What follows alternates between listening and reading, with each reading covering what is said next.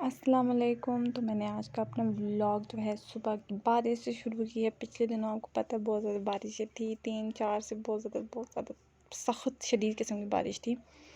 तो यहाँ पे हमने कुछ किसी काम के लिए बाहर आए थे, तो गांव का दूसरे गांव जाना था, तो रास्ते में फिर ये गांव आता है। तो मुझे बहुत खूबसूरत व्यू हमारे गाँव का ये देखिए, ये हमारे गाँव से होते हुए दूसरे गाँव का रास्ता है।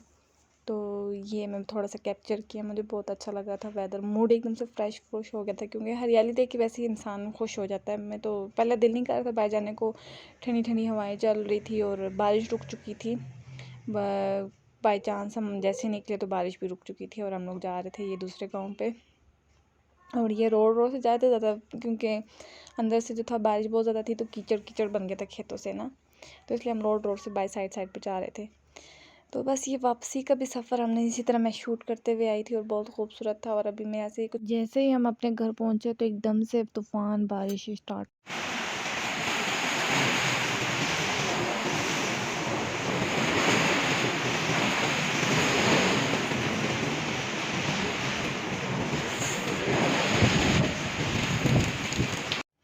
जैसे हम घर पहुंचे तो एकदम से तूफ़ान बारिश शुरू हो गई और कुछ 5-10 मिनट ही बारिश हो गई और एकदम से धूप फिर से निकल आ गई। तो फिर कुछ टाइम गुजरा तो फिर से मौसम ख़राब। तो मैं बस वो कैप्चर कर रही थी, कितने देखे अल्लाह की कैसी कुदरत है ना, कैसे अल्लाह ही बदल सकता है ऐसे मौसमों को, कभी धूप कभी बारिश कभी हवा। तो बस फिर मैं नीचे आ गई थी, क्योंकि ठंड हो गई थी काफ़ी ज़्यादा, और फिर मैंने चाय रखनी थी और चाय बनाई है। तो साथ में आज था हमारा गाजर का हलवा बनाने का इरादा था। तो मैंने सिर्फ गाजर साफ़ की थी, बनाई मेरी देवरानी ने थी। तो मैंने धो धा के गाजरों को फिर उसको काटा और छोटा छोटा करके कुकर में डाले था, क्योंकि मेरी देवरानी कुकर नहीं लगा सकती, फिर मैंने कुकर लगाना था, तो इसलिए मैंने फिर कहा चलो जल्दी जल्दी कर लेती हूँ काम। तो बाद का जो फिर उसको मिक्स वगैरह का काम होगा वो खुद कर लेगी। पता नहीं आप लोग को मेरे व्लॉग अच्छे लग रहे हैं या नहीं लग रहे, पर मैं पूरी कोशिश कर रही हूँ कि अच्छे लगे, अच्छी तरीके से बना सकूँ। तो बिगनर हूँ, थोड़ी बहुत मिस्टेक्स होती रहती हैं। तो मैं पहले से काफ़ी ज़्यादा एडिटिंग में मेरी काफ़ी फ़र्क पड़ गया है, और अब तो काफ़ी जल्दी जल्दी भी कर लेती हूँ एडिटिंग। तो सिंपल रखती ज़्यादा, उसमें मीम्स वगैरह डालने की कोशिश नहीं करती, ज़्यादा एनिमेशंस नहीं डालती, बस सिंपल रखती, जैसे कैमरे में आता वैसे ही कर देती हूँ।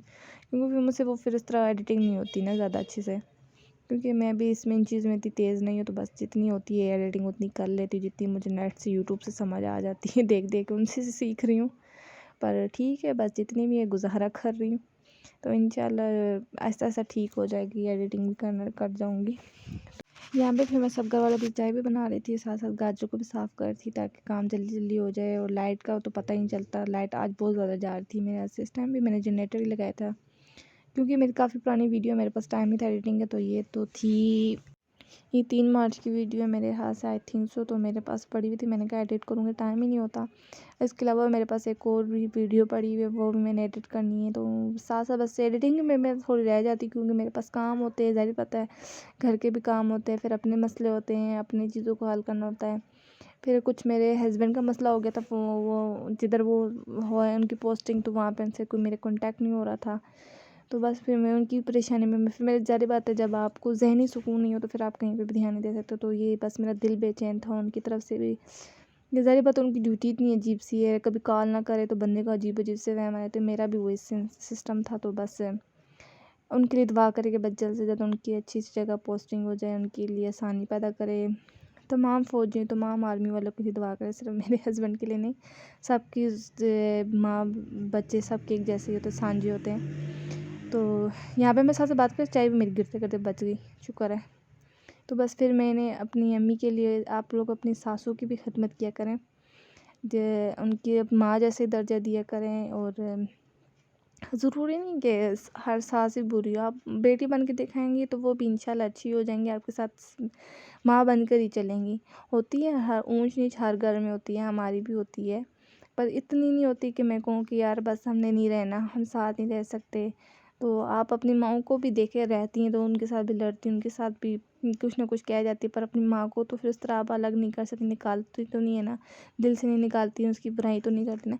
ऐसे आप अगर अपनी सास को भी ट्रीट करेंगी तो देखना आपकी वो भी इंशाल्लाह आपको अपनी बेटी की तरह ही ट्रीट करेंगे। तो अल्हम्दुलिल्लाह अल्हम्दुलिल्लाह, मैं तो इस चीज़ में बहुत ज़्यादा लकी हूँ कि मुझे इतना अच्छा सुलझा समझदार अंडरस्टैंड वाला ससुराल मिला है कि मुझे समझते हैं, मुझे जो चीज़ चाहिए होती है मुझे उस चीज़ में मुझे सपोर्ट करते कर ज़्यादातर जो सपोर्ट जो होता है मेरी नंद का होता है, ठीक है, मेरी नंद और देवरानी का होता है, क्योंकि वो माशाल्लाह अंडरस्टैंडिंग है हम लोग में। माशाल्लाह हम 3 लड़कियाँ हैं, तीनों में बहुत आज तक कभी लड़ाई नहीं हुई है कहूँ कि हम लोगों ने कोई एक दूसरे से तू तक मैं तक की।